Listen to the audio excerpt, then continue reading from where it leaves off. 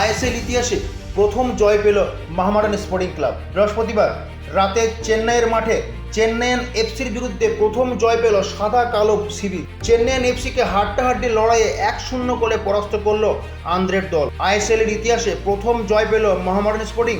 39 মিনিটের মাথায় চেন্নাইয়ের ডিফেন্ডার ও গোলরক্ষকের ভুল বোঝাবুঝিতে গোলে বল জড়িয়ে যায়, আর ঠিক সেইখান থেকেই 1-0 গোলের লিড নিয়ে নেয় সাদা কালো বাহিনী। তবে 39 মিনিটের পর থেকে চেন্নাইয়ান এফসির মুহুর্মুহুর আক্রমণকে প্রতিহত করতে রীতিমতো হিমশিম খেতে হয় মোহামেডান স্পোর্টিং ক্লাবের রক্ষণভাগকে। খেলার নির্ধারিত সময়ে চেন্নাইয়ান এফসির আক্রমণকে স্বমহিমায় সেভ করতে থাকে মোহামেডান স্পোর্টিং ক্লাবের গোলরক্ষক।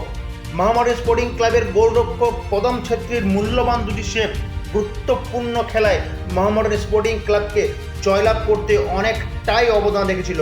তবে খেলার শেষ মুহূর্তে চেন্নাইয়ান এফসির আক্রমণ এতটাই জোরালো ছিল যে আতঙ্কে ভুগতে হয়েছিল মোহামেডান স্পোর্টিং ক্লাবের কোচ ও কর্মকর্তাদের।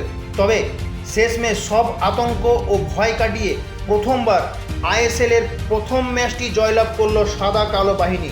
সাদা কালো বাহিনীর এই জয়ে উচ্ছ্বাসিত মোহামেডান স্পোর্টিং ক্লাবের সমর্থকেরা। ব্যুরো রিপোর্ট, খবর বাংলা।